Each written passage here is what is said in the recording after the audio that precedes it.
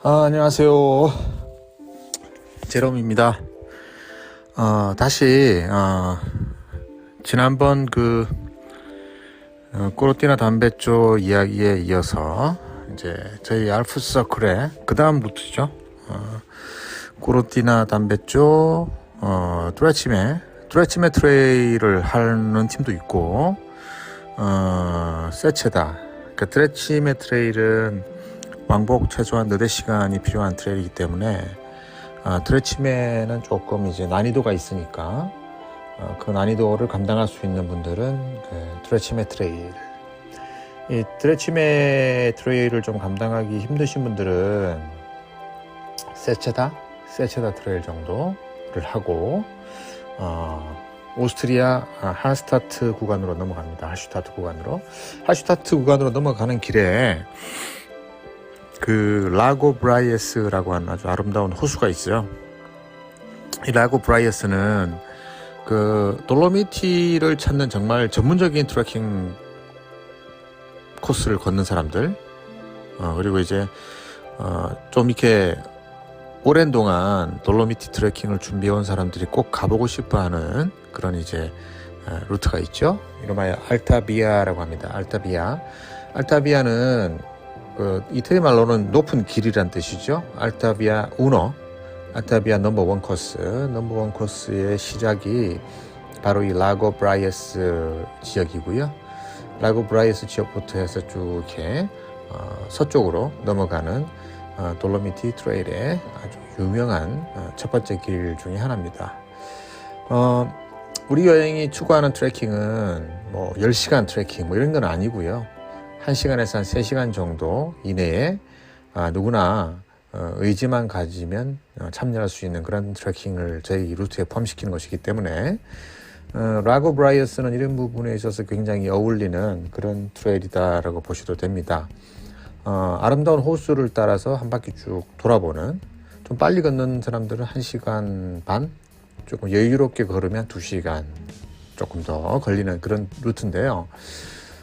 제가 돌로미티에 있는 아주 고도가 높은 서프라이스 같은 그런 호수 말고 일반적으로 차량 접근이 가능한 고도선상에 있는 호수 중에서는 이 라고 브라이어스가 제일 아름다운 호수가 아닌가 이렇게 생각을 합니다. 그래서 이제 이 라고 브라이어스를 들어가는 루트인데, 라고 브라이어스는 사실 이태리 사람들도 너무 많이 찾는 곳이기 때문에 여름 시즌과 비여름 시즌에 자기 자차를 통해서 또는 렌트카를 통해서 들어갈 수 있는 시간이 좀 제한을 받습니다. 그래서 그 시간이 너무 복잡한 시간에 들어오시는 분들은 자차로 들어가지 못하고요. 입구에 세워놓고 셔틀을 이용하거나 제한받는 그런 시기들이 있어요. 그런 시기들을 잘 감안을 해서 들어가게 되고요.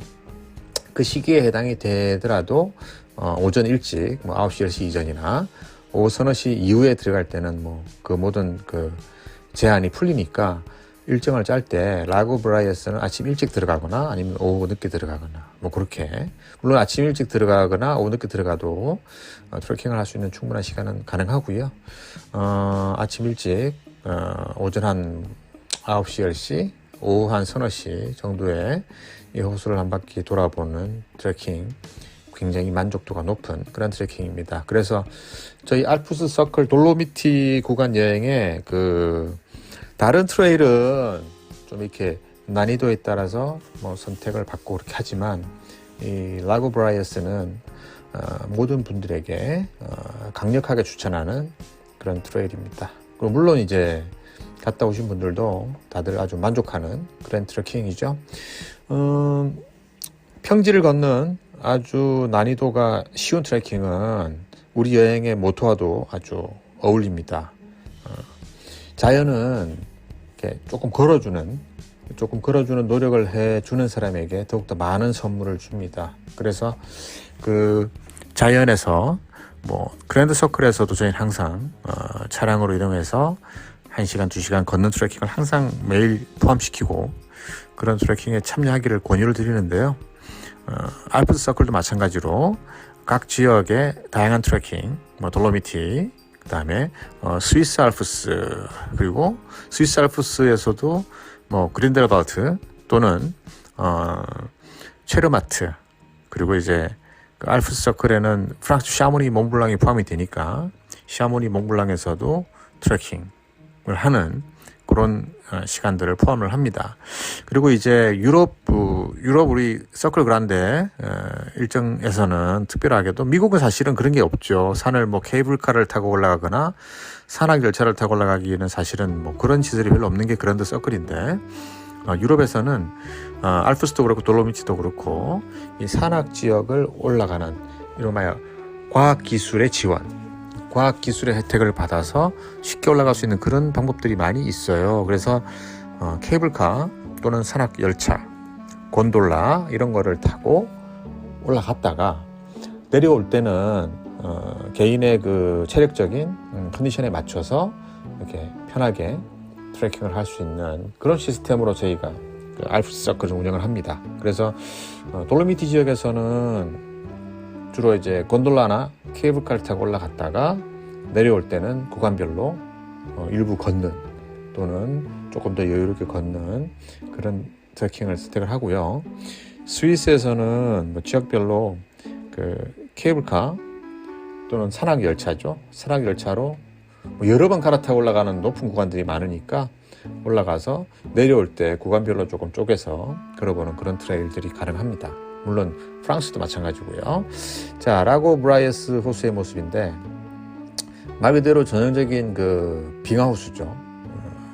알프스나 돌로미티에 빙하 녹음물이 고여있는 아주 맑은 호수고요. 날씨에 따라서 햇살에 비치는 각도와 시간대에 따라서 색깔이 완전히 달라지는 그런 호수입니다. 그래서 이 호수를 사람들이 찾아와가지고 사진도 찍고 뭐 그러고 가는데, 가능하면 한 바퀴 쭉 돌아서 트레킹을 해보고 가시는 것을 아주 강추드립니다. 자, 라고 브라이어스까지 왔다는 얘기는 이제 돌로미티를 빠져나간다는 얘기인데, 돌로미티를 빠져나가서 우리 그 알프스 서클 9박 10일 메인 코스는 오스트리아를 갑니다. 짧은 원웨이나 짧은 코스들은 독일 피센, 인스부르크를 지나서 스위스를 넘어가는데, 풀 9박 10일 정규 코스는 오스트리아 하슈타트 방면을 넘어가게 되는데, 하슈타트를 가는 루트 선상에 오스트리아 사람들이 자랑하는 굉장히 멋진 구역이 있습니다. 이름하여 그로스 글로크너라고 하는 지역인데, 그로스 글로크너 알파인 루트, 그러니까 오스트리아 티롤의 제일 높은 지붕 같은 지역입니다. 지금 보시는 영상에 나오는 그로스 글로크너 빙하죠. 빙하인데 지금 빙하에 살짝 지금 눈이 쌓여 있어요. 그래서 오스트리아 사람들이 그 빙하를 만날 수 있는 최고봉, 그래서 오스트리아 황제부터 오스트리아 정부에서 오래전부터 아주 많은 투자를 해서 운영을 하고 있는 그런 지역이 되겠습니다. 물론 이제 그 돌로미티에서 나와서 오스트리아 하슈타트나 오스트리아 최람제 지역으로 넘어가는 루트가 여러 개 있지만, 저는 항상 그 빨리 가는 루트도 중요하지만 여행을 오는 사람들은 빨리 가는 루트보다는 뭔가를 보면서 뭘 볼 수 있는 루트가 더 중요하기 때문에 항상 디투어, 돌아가더라도 잘 보고 가자 하는 여행 루트를 짜는 편인데, 이 그로스 글로크너도 산을 넘어서 가야 되기 때문에 시간도 좀 더 걸리고, 또 오스트리아는 고속도로를 다닐 때 비넷만 있으면 되는데 비넷 말고도 여기는 추가로 통행료가 더 필요한, 거의 뭐 50유로 조금 안 되는 통행료가 필요한 그런 구간입니다. 하지만 그 비용을 내고도 통과를 해보면 너무너무 매력적이고 볼거리가 많은 그런 곳이기 때문에 저희는 일부러 오스트리아를 넘어갈 때 날씨가 허락하는 한, 도로가 허락하는 한 항상 이 그로스 글로크너 지역을 통과하고, 그로스 글로크너 지역을 통과하는 과정 중에 항상 아까 그 전망대, 빙하를 바라볼 수 있는 비지트 센터가 있는 그 전망대를 꼭 들렀다가 넘어갑니다. 전망대에서 빙하를 바라보고 이제는 최람제라는 지역을 넘어가게 되는데, 사실 이 그로스 글로크너 알파인 루트가 남쪽에서부터 넘어서 도착하는 동네가 최람제라는 마을이고요. 이 최람제라는 마을 자체가 우리는 사실 오스트리아 그러면 뭐 잘즈부르크나 할슈타트 같은 곳을 잘 알고 다른 곳은 잘 모르죠.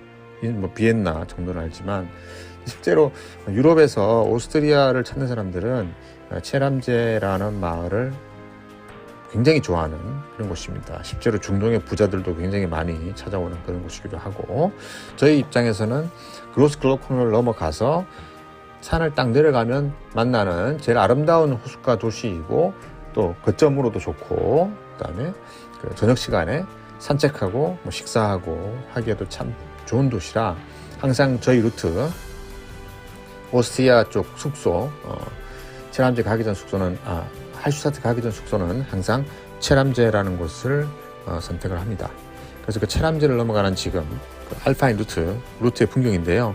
이 알파인 루트 그 스위스의 풀카페스 이런 곳처럼 여름철에는 통행이 가능하지만 겨울에는 통행이 불가능한 뭐 그런 고도가 높은 루트입니다. 그 고도가 높은 그 루트를 지금 이 영상은 가을이죠. 9월달 정도에 넘어가는 영상이니까 아마 겨울 되기 전에 넘어갈 수 있는 마지막 우리의 트립이었다라고 보셔도 되겠습니다. 뭐 저희가 항상 이 알프스 서클은 주로 이제 5월, 6월, 7, 8, 9월까지 알프스 여름 시즌에 주로 움직이는 투어이기 때문에 그 투어에 9월이면 거의 마지막 트립 정도 된다고 보셔도 되겠습니다. 그래서 알파인 루트 정상을 넘어서 이제 체람제라는 지역으로 하강을 하고 있는 모습입니다. 자, 소그룹 자동차 여행의 가장 큰 그 조건 중에 하나는 사실 여행사 입장에서는 대형 버스에 40-50명이 타고 다니는 투어가 비즈니스로서는 가치가 있어요. 그래야 이제 뭐 같이 동행하는 가이드들 반값도 프리로 나오고 드라이버들 반값도 프리로 나오고 뭐 이런저런 비용들이 세이브가 되고, 그리고 이제 그 모이는 비용에다가 들어가는 비용들 다 감안하면 그게 이제 사실은 돈이 남는 비즈니스가 되는 거죠. 근데 그런 버스들은 이런 루트를 못 가잖아요.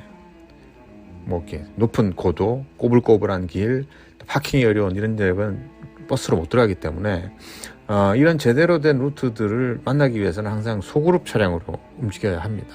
그래서 제일 저희가 많이 이용하는 차량들이 뭐 SUV 또는 맥스 벤츠 스프린터 밴 한 12인승 정도인데, 12인승에도 사실은 12명이 타면 좀 복잡하죠. 빡빡하죠. 한 10명 언더 정도가 타는데, 이런 그 그로스글로크너 같은 알파인 루트를 넘는 차량들은 저희는 보통 6, 7인승 이내에 SUV를 주로 선호해서 사용을 합니다. 그러다 보니까 저희는 항상 이제 소그룹 여행이 되는 거죠. 소그룹 여행이니까 소그룹 여행이 맞다라고 그 가치를 인정하시는 분들이 참여하시는 게 맞다라고 보고요. 무조건 좀 싸고 뭐 그런 여행들을 찾으시는 분들은 뭐 패키지 투어 가셔서 여행하시는 게 맞죠. 하지만 저희는 뭐 항상 여행의 차별화, 그리고 또 뭔가 제대로 보는 게 목표이기 때문에 유럽에서도 또 돌로미티에서 오스트리아 넘어가는 루트 선상에서도 항상 이 그로스글로크너 이런 루트를 항상 포함을 시키는 것이 저희 여행의 모토입니다. 그래서 유럽에서도 소그룹 자동차 여행, 자연을 만나는 자연주의 여행, 결국은 자연. 여행을 다니면 다닐수록, 뭐 제 여행 전문가니까, 여행 전문가들이 여행을 다니면 다닐수록 항상 느끼는 생각이지만, 이렇게 도시나 문명은 한두 번 가보면 다시 가보면 사실은 지겨워요. 여행 자주 다니는 여행 소자들도 그라나다 아람브라 궁전 한두 번 들어가 보면 다시 들어가고 싶지 않단 말이에요. 근데 알프스는, 돌로미티는 가도 새롭고 가도 즐겁습니다. 그게 바로 자연 여행의 매력이고, 여행을 많이 다니다 보면 결국은 자연이 최고다라는 생각을 갖게 되는 게 맞는 것 같아요. 그래서 저희는 제롬의 여행 방식은 결국은 자연이고, 결국은 자동차 여행이다. 그것도 소그룹 자동차 여행이다라고 생각을 합니다. 그래서 이제 소그룹으로 다니다 보니까 거점 도시들 있잖아요. 거점 도시. 일반적으로 버스 투어들이 들어가서 숙박을 잡아서 방 10개를 확보해서 자기가 힘든 동네, 일반 여행자들한테 굉장히 인기가 좋은 그런 동네들은 사실은 버스 투어들은 들어가기도 힘들고 비용도 안 맞죠. 하지만 우리는 그냥 방 2-3개면 되니까 우리가 움직이는 거점 중에 제일 편안한 도시를 꼭 잡고 기왕이면 그 도시에 체크인을 하고 나서 그냥 돌아다니면 저녁 시간마저도 여행의 시간이 되는 뭐 그런 그 거점 도시의 구시가를 항상 숙박지로 잡습니다. 예전에는 제가 막 구시가지에 정말 좋은 호텔만 고집했는데 이제는 구시가지에 위치만 맞다면 여름철 너무 호텔값 비쌀 때 미국 서부에 우리가 캠핑 캐빈을 이용했던 것처럼 여기도 아주 경제적인 숙소를 확보하는 걸로 그렇게 마음을 먹었습니다.